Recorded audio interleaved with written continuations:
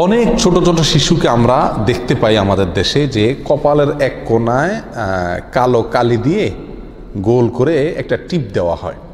এই কালো কালির টিপ কপালে শিশুদেরকে দেওয়া, এটা কেন দেওয়া হয় এবং দেওয়া যায় আছে কিনা।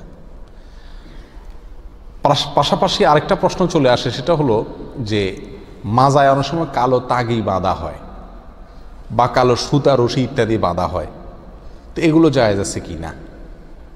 প্রথম প্রশ্ন উত্তর হলো, কপালে কোণায় কালো টিপ এটা যদি সৌন্দর্যের জন্য দেওয়া হয় তাহলে ঠিক আছে। ছোট বাচ্চা ধবধবে সাদা যদি হয় বা সুন্দর যদি হয়, তাহলে সেক্ষেত্রে এই সাদার উপরে একটা কালো টিপ, এটা ওই তিল থাকলে যেরকম সুন্দর লাগে, এটা দেখতে সুন্দর লাগে। এটা যদি সৌন্দর্যের জন্য দেয় তাহলে কোনো সমস্যা নাই শরীয়তের দৃষ্টিতে।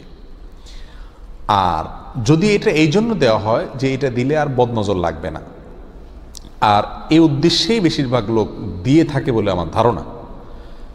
যদি কেউ এই উদ্দেশ্যে লাগায় যে এই কালো টিপ দেখলে মানুষের কি লাগবে না, আর বদনজর লাগবে না, তাহলে সেক্ষেত্রে এটা গর্হিত কাজ, এটা কুসংস্কার, এটা পরিহার করা জরুরি। এটা ভুল আকীদা, ভুল বিশ্বাস। কথা বুঝে আসছে?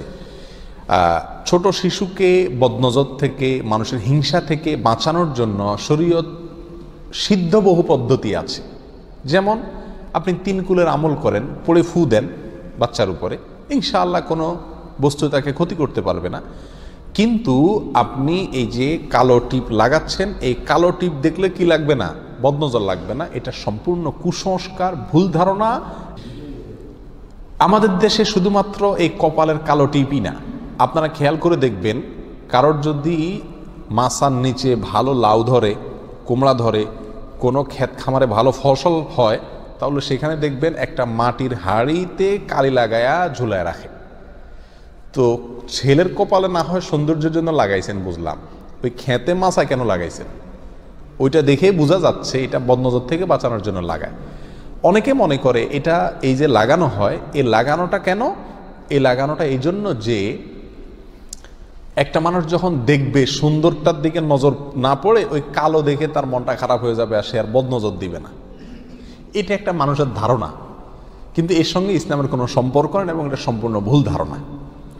বদনজর থেকে বাঁচানোর সাথে এই কালো কালি লাগানো, কালো টিপ লাগানো এগুলোর কোনো সম্পর্ক নাই।